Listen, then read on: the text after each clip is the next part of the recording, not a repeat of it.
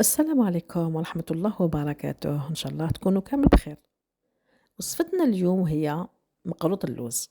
قبل ما نديرو مقروط اللوز رايحة نهضر لكم على التزيريات وعلى مقروط اللوز، راح نديرهم لكم في زوج باه تعرفوا نتوما الفرق بيناتهم في زوج. تبعوا معايا هنايا. عندنا التزيريات أول حاجة، عندي سكر عادي كريستاليزي، عندي شويه لافاني كي نحب نديرها نحب ما نديرهاش. عندي اللوز، البنات اللوز نصيروه في السيار رقم 15 ولا رقم 16 اللي يهبط من التحت، هذاك هو اللي نستعملوه. عندكم 3 سياير، عندنا 16 وعندنا 15 وعندنا رقم 20. فيديو اخر ان شاء الله راح نحكي لكم على السياير. هذا هو. قلنا عندي كيلو لوز، عندي رطل سكر كريستاليزي نزيد نحي له من 100 غرام. البيض لهنايا في التزيريات ندير بيض كامل، ندير حبه كيما راهي من ناحية صفار من ناحية بياض. شوفوا لهنا، ما حنديرها لا قارص لا قشور قارص لا زيت دو سيترون لا حتى حاجه. عندي تزيريات، عندي سكر، بيض، لوز. نروحو نطموهم كيما راكم تشوفوا لهنايا. حاجه واحده اخرى تانيك، الفرق بين مقروط اللوز والتزيريات، التزيريات يكونوا جاريين شويه على مقروط اللوز. التزيريات ما يكونوش ناشفين، ما يكونوش شادين شده. الحشو تاعنا راح يكون طري. هذه هي. تبعوا معايا رايحين تشوفوا الفرق راهو باين وموضح لهنايا. هاي ديك لهنايا نروحوا نطمو البنات. اللوز تاعنا ما يتعجنش، اذا تعجن يطلق لنا الزيت، اذا طلق لنا الزيت راح نحصلوا فيه. هذه هي. لازم كيما راكم تشوفوا لهنا راني نطم ونمس بيديا. هذه هي عجينة التزيريات. شوفوا نحكها هكذا بيديا. كيفاش نعرفوها بلي راهي واجده؟ كي نديروها في يدينا نلقاها تلصق، لا فرص هذه تتلصق. ونروحو دوكا لمقروط اللوز. شوفوا لهنا مقروط اللوز، عندي كيلو سكر، عفوا كيلو لوز، رطل سكر نحو منه 100 غرام يقعدوا 400 غرام. عندي لو زيست دو سيترون، عندي قشور الليمون. قشور الليمون ما نديروهم حتى في حلوى. راكم معايا؟ ما ديروهمش، تبعوني انا راني نهضر لكم على التراديسيونال التقليدي تاعنا. السيترون نديروه غير لهنا غير في مقروط اللوز. علاه نديروه في مقروط اللوز؟ باه هكذا نفرقوا بين مقروط اللوز، نفرقوا بين المخبز. اذا درنا هنايا لوز زاستو في الجزيريات، لوز زاستو في المخبز، لوز زاستو هو لا ميم كو كاع كيف كيف. هنايا شوفوا نفس السيار، السيار اللي قلت لكم عليه رقم 15 ولا 16. هنا عندي زوج صفار، زوج صفار نحطهم هما الاولين مع حبه بيض، نضربهم ونبدا نحط بشويه. زوج صفار في الجزيريات شتو درنا البيض كامل. مقروط اللوز تاعنا لازم يجي اللون تاعو صفر كما يقولوها ناس زمان، يكون صفيفر لداخل، يكون مع القشور تاع القارص راح تكون صفر. هذه هي. مقروط اللوز راح يكون ماشي طري، الجزيريات تكون طريه، مقروط اللوز ماشي طري. حنايا الحشو تاعنا نحبو نخدمو في الليل والصباح نوضو نديرو. هنا مقروط اللوز انا درت له لوزاز دو سيترون، يتسمى هنا ما نخليهش يبات. لو زيت دو سيترون نديرهولو سوغ بلاص كي راح نخدمو. اذا درتو في الليل اللون الكود تاعو راح الطعم تاعو يتبدل. واش راح ندير انايا؟ نشمخو هكذاك الصباح كي نوض ليه نديرلو. مي هنايا انايا زوج سوايع برك وخدمتو. قسمت هذاك قشور الليمون قسمتو نص درتو والباقي شوفوا لهنايا. بعد ما نعاود نحكو هكا بيديا كيما راكم تشوفوا فيا. تحبوا تحكوا هكذا ولا دوك نوريكم طريقه اخرى بالكوبات كيفاش تحكوه نتوما. هاوليك ونكملوا لهنا قشور الليمون. وكما قلت لكم اذا قعد بات ما لازمش نديروا له قشور الليمون. هذه هي الطريقه اللي راح نخدم بها. شوفوا كامل حلويات التقليديه. هنايا ديجا غير كي نديروا هكذا ندخلوا هكذا بيدينا ولا بالكوبات السكر راح يذوب.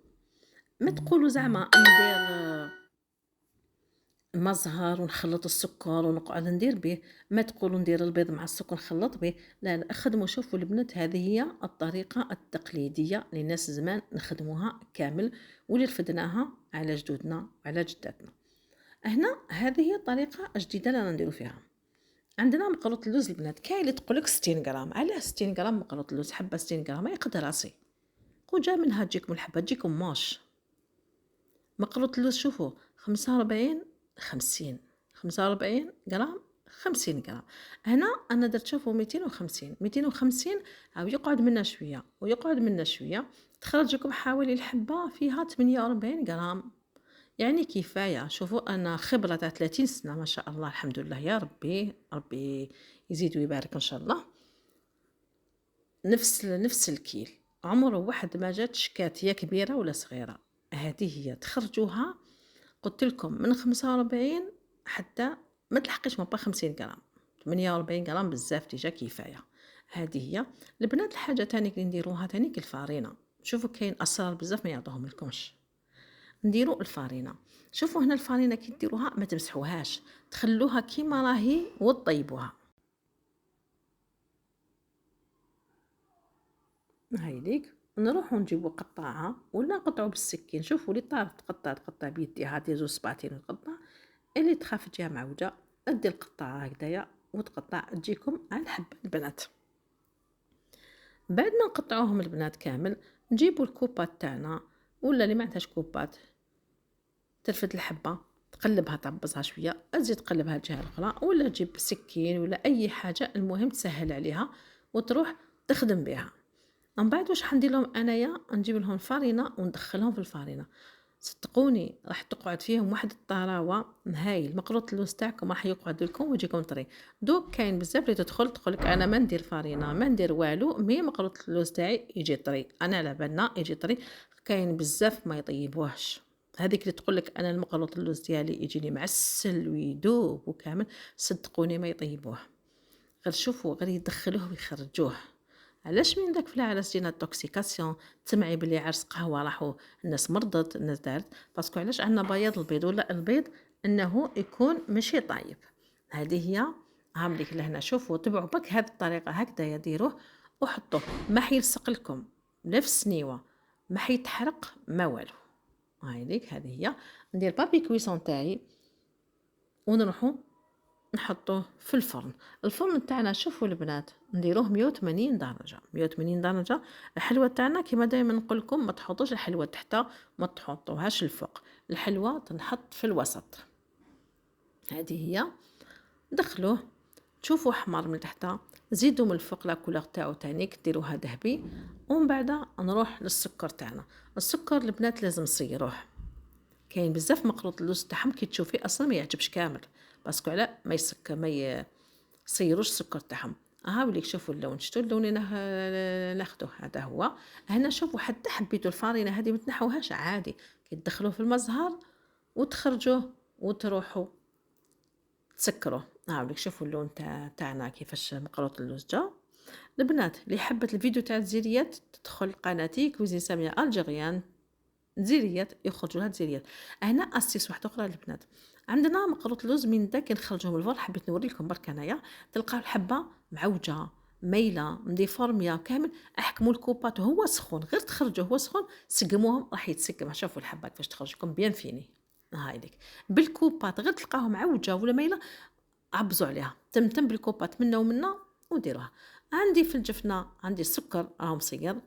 عندنا المزهر ما درت له والو البنات، مزهر وحده موالفه ندير سكر ومزهر كامل، وليت ما ندير والو وليت ديريكتومون مزهر نحطه شويه في البابي يقطر شويه ونروحو نديروه. كي نحطو البنات مقروط اللوز شوفوا شتو الوش تاعو واش تاعو تحطوه حطوه من تحت. انا ديجا راني حطيته الفوق بصح لا نتوما ديروه من تحت. هاي كي ترفدي الحبه اقلبيها. علاش تقلبيها باه السكر ترفد كتر. راكم معايا كي تقلبيها ترفد لكم السكر كتر. ومن بعد السكر ما راحش يخرج بعد ما تنحيها وتمسحيها مش حيخرج لكم هذاك الماء ولا. هاي ليك نحطو هنا بيان سكر كونتيتي كبيره، حبيتو هكذا حبيتو في ساشي تاني ساشي كبيره تاع خبز تعمريها بسكر سكر غلاس، تعمري الداخل مقروط اللوز تاعك وتخليه يريح 5 دقائق. ومن بعد تنفضيه شويه تخرجيه الله يبارك يخرج مقروط اللوز يخرج هايل هايل. هاي لك لهنا نخليوه. شوفوا البنات ماشي 2 دقائق، خليوه لهنا حتى 5 دقائق الفوق. هنايا واحد اخرين زدت درتهم. هنايا دوك نوري لكم ان شاء الله كيفاش ديروه. نروح نحيه. شوفوا تخدموا بالكف اليد ماشي بصبعتكم بكف اليد.